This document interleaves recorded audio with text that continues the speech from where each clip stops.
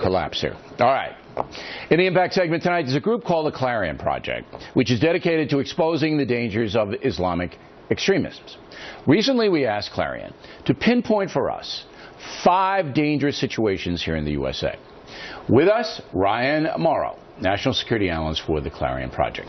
So you have many, many more than this, but we picked the top 5 that I think will be of interest.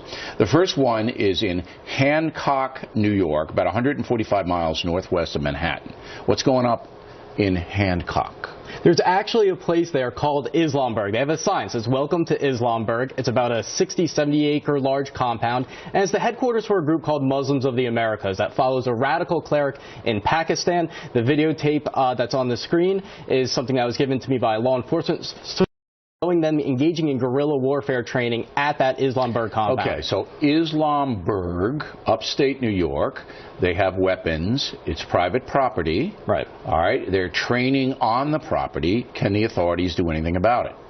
Beyond monitoring them, no, because they're not listed as a foreign terrorist organization. FBI documents that we've obtained do show that they consider them a threat, but because they don't have that designation, they're able to operate in the U.S. and we have a dozen. Do you know how many people are up at this compound?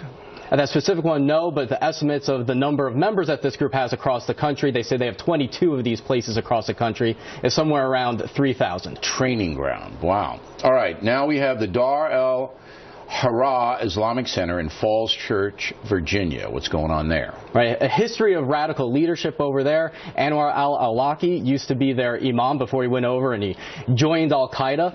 And there was even videotape that was taken of the current imam speaking recently in Virginia, where he specifically said that Muslims should be first in line to get the arms for jihad. All right, so at this center in Falls Church, there's an imam there presently. Right. Who wants to get arms for the jihad. He preaches that that is a requirement upon Muslims. Wow. All right, the third one is one I mentioned last night in Brooklyn, New York, with John Stossel. It's the Masjid at-Taqwa Mosque. What's going on here? That's led by Suraj Wahaj, one of the most radical imams in the country, yet he manages to be a rock star speaking at Muslim events across the country, and even college campuses. He's going to be in Dallas this weekend in Garland, Texas for a big conference, and I brought that up to the imam we had on last night, who didn't seem to think this guy was so radical. He didn't address that. He was addressing the issue of whether he's been prosecuted, which is a whole nother thing. If you look at what he's been preaching, it's sheer anti-Americanism, turning America into a caliphate, and his mosque was even suing the NYPD because they were conducting surveillance on it. That's right, that de Blasio pulled off.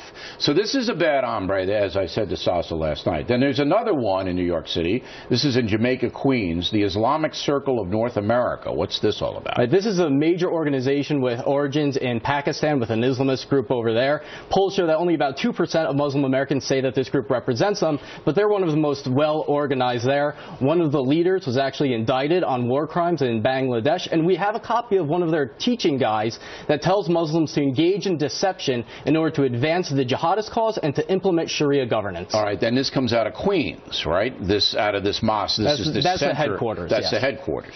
All right, and finally, and this is the most controversial one, you have CARE, the Council on American-Islamic Relations, and they've been on this program. They do a lot of media. And what are you saying, that they're a dangerous group? Yes, they are basically a political influence operation of the Muslim Brotherhood, according to the Justice Department, not according to me. They specifically listed CARE as an entity of the U.S. Muslim Brotherhood, specifically its Palestine committee that was secretly set up to advance the Hamas agenda. And the FBI wiretapped their leaders in 1993, talking about setting up CARE so that they could influence the media in their direction. Well, and that's what they do. They come out and they say, look, we're moderates and we just want to give you our point of view. But you say that they're directly tied into terrorist groups? Into the Muslim Brotherhood, yes. Which is a terrorist group. Right, and Hamas is the Palestinian wing of the Muslim Brotherhood. Okay. Now, final question is, this is pretty frightening stuff, but you would assume the FBI knows about all of this, if you know about it, and the Justice Department is surveilling them and have them under control. And in a free and open society, this is the rest of them that we didn't talk about. This is the map that all of these have radical Muslim mosques or operations in all of those towns. And it's amazing. Look at them. Sacramento, outside of L.A., Pittsburgh, Chicago, on and on. So my question is, Should Americans be concerned, or is this under control? It can't be under control just through monitoring them. And again, when it comes back to the issue of the ideology, which President Obama refuses to recognize, yes, that's the problem here. It's not just about the person that's setting off the bomb. It's about the overall ideology that combines mosque and state, that justifies jihad anywhere, and we need Muslim leaders to step up and fight against those interpretations. The most positive news I've seen is the poll that showed that these organizations have so little support among Muslim Americans. Right. All right. Very interesting, Mr. Moreau. Thank you for coming on. Thank you. Directly ahead, President Obama